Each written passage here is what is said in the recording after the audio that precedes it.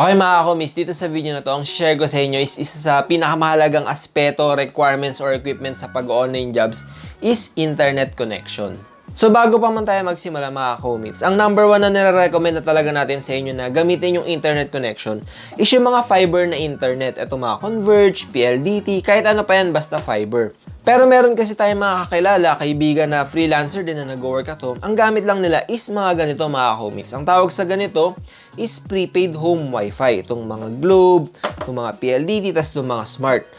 Tapos meron pang iba na ang gamit. Ako kasi nakakapag-work ako na mobile data ang gamit. Pwedeng cellphone ng mobile data or itong Smart LTE na maliit. Ang recommended talaga is laging itong fiber or mga wired connection. Pero meron kasi mga location na hindi talaga abot, wala talagang linya ng kahit ano pa yan, kahit Skype, PLDT, Converge, hindi abot sa area nila. Pwedeng nasa probinsya. Ang meron lang is itong mga yung mga signal-based na mga internet. So, hindi discuss natin ngayon mga komis. So, kung kailan ba kayo pwedeng gumamit nito sa online jobs na kukunin nyo. So, ang didiscuss natin mga komis ngayon is una yung client requirements, pangalawa naman is yung job requirements, magkaiba yun mga komis ha. Pangatlo naman is yung cost or yung gastos ng magkakaiba na itong itong mga modem na to or yung internet nga na to. May isa pa pala tayong modem dito, yung Sky Broadband, no? Hindi ko lang matanggal kasi nakasaksak siya ngayon kasi ginagamit siya nung ka-team member natin dito sa bahay. So, mabilisang pagkakaiba lang tayo mga homies, no? So, itong mga fiber na to, yung mga DSL na to, monthly tong binabayaran. 1.5 monthly, 2.5 monthly. And ito mga homies, mas stable yung internet niya, mas stable yung speed niya. Kumbaga, laging 25 Mbps, hindi putol-putol.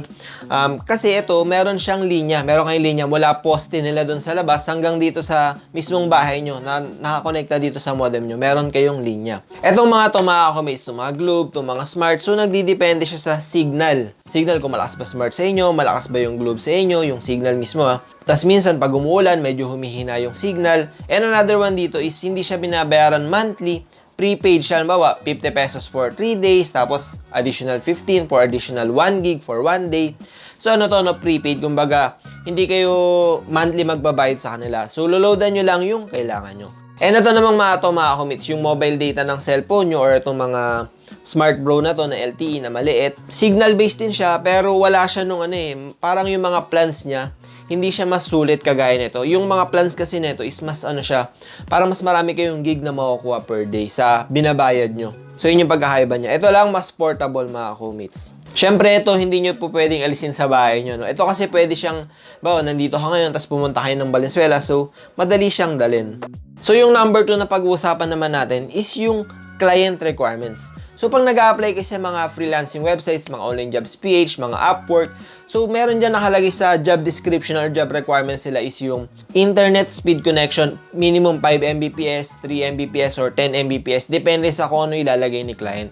So si client mismo is naglalagay siya na yung requirement na speed. So actually lahat naman to mga homies, pwedeng pumasa dun sa internet speed na nire-require ni na client. Pag sinabi ni client na 5 Mbps required internet connection, ang gagawin nyo dun is mag-i-speed test kayo gamit halimbawa itong Converge nyo or kumbaga yung itong mga to. So mag-i-speed test lang kayo. Yung resulta ng speed test, isi-send nyo lang kay client yung link ng speed test na yun. Mga komis, yung speed test nitong mga prepaid wifi, didepende siya sa area nyo. Lalo na sa bahay nyo. Halimbawa, itong Globe, sa bahay namin sa Valenzuela, napakahina nito. Parang 1 Mbps lang siya or 2 Mbps. Itong Smart naman sa mismong bahay namin so umabot siya ng 20 to 25 Mbps. Dito naman sa Las Piñas, itong Smart is nasa 1 gig lang siya or 1 Mbps lang siya. Itong Globe umabot siya ng mga 5 Mbps or 6 Mbps. So yung signal is depende sa mga bahay na nakapaligid sa inyo, kung may mga building sa tabi nyo na nakaharang, tapos yung mga cell tower pa nila ng mga Smart, ng mga Globe. So didepende siya ganun. So ibig sabihin nun mga commits, since ang pinapasend lang naman is yung resulta ng speed test, is pag nag-speed test kayo, tapos nakapag-speed test kayo ng umabot ng 5 Mbps or 6 Mbps gamit sa kahit anumang to, ibig sabihin, so pasado kayo doon sa speed test or speed internet na requirements ni client. So syempre, pag sa bahay nyo, ang nakukuha nyo lang sa Globe nyo is 2 Mbps, so hindi siya papasa kay client. So, ang pwede nyo gawin doon, ito kasi, pag iniba mo yung position niya, nilagay mo sa labas ng bahay, nag-speed test kayo doon, minsan mas malaki yung nakukuha niyang speed. Kasi nga, depende sa signal. So, ang point doon sa number 1 natin, mga homies, is basta makapag-speed test kayo. Kahit saan nyo gawin yung speed test, nasa loob, nasa labas. Basta po, masasya kay client, kahit ano dito sa gamit na to, kung umabot siya ng 5 Mbps, tas yun yung sinend mo kay client, So papasa yung internet nyo kay client. So bakit ba mahalaga yung mga speed test na yan sa mga client? Kasi yung speed na yan, madalas pag mataas yung speed is stable din siya. Pero minsan hindi siya ganun, no? Minsan mataas nga yung speed mo, pero every 30 minutes nawawalan ka ng connection. So hindi maganda yun.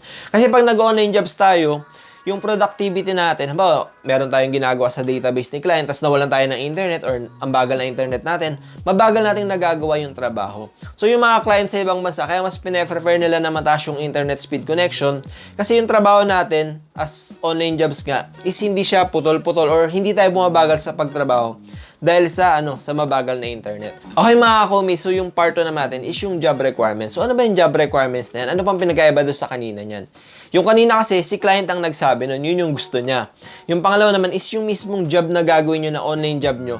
Kaya ba nung mga ng mga prepaid wifi lang? Pinag-uusapan natin dito is yung data mismo, data consumption. Palagay ko mga komis, mas maraming makaka-afford na itong mga prepaid wifi kaysa sa mga linya na monthly may babayaran.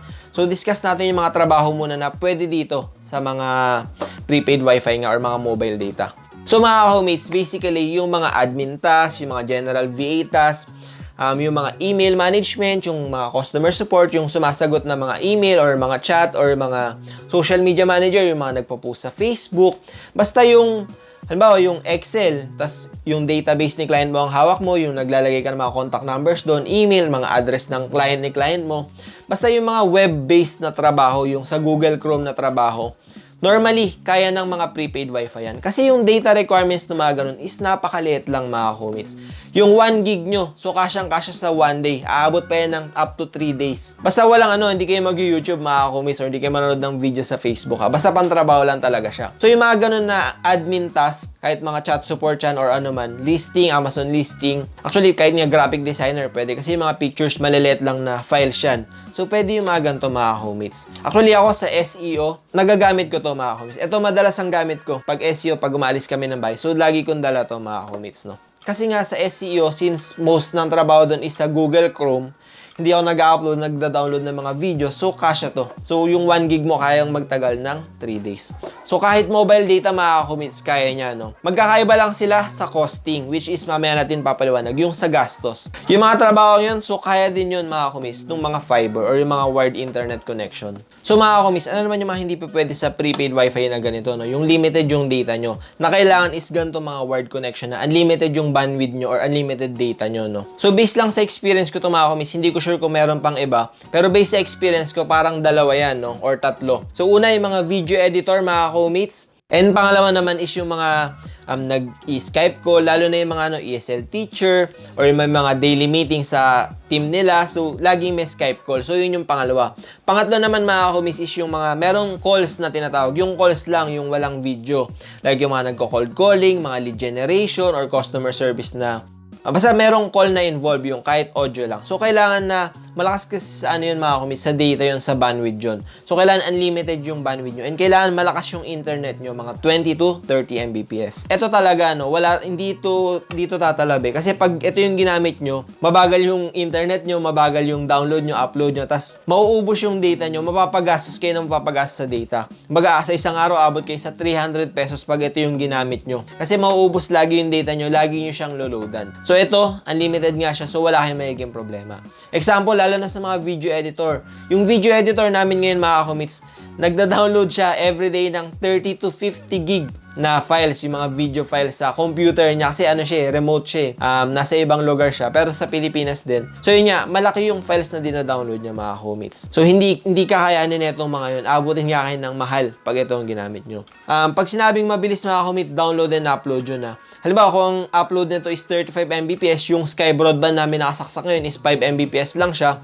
Yung 1 gig na file, mga kumis, inaabot ng 40 minutes bago siya ma-upload. Samantalang ito, yung mga 1 gig na file is inaabot lang siya ng mga 10 to 15 minutes pag ganun. Ito naman, since mabagal sila tas limited data, aabutin ka siguro ng 2 hours to 3 hours para mag-upload na isang 1 gig na file. Or minsan nga, baka mabot ka pa ng 4 hours. Which is ayaw ni client, lalo na pag per hour kayo. Syempre, yung per hour nyo, 40 minutes, di ba, para lang mag-upload. So sa mga calls mga kumits, mahalaga rin na wired kasi para hindi putol-putol, tas malakas din sa data ang calls mga kumits. Etong mga to mga kumits, pwede rin siya sa mga ESL teacher pero pang backup lang siya, hindi siya pa pwedeng primary. Lugi kayo tas maapektuhan yung performance nyo. Etong mga to, minsan kasi napuputulan yan. Bawa itong sa amin, naputol, nung nagputol lang po no, nadama yung kable namin. So 3 weeks kaming nawalan nun. So umasa ako sa backup ko, which is yung Sky Broadband ko. Pero pwede ko rin gamitin tong backup. So yun yung part 2 natin mga kumits na depende sa magiging trabaho nyo kung kaya ba ng prepaid lang and kung kailangan ba na unlimited bandwidth tas kailangan mas mabilis, mas stable.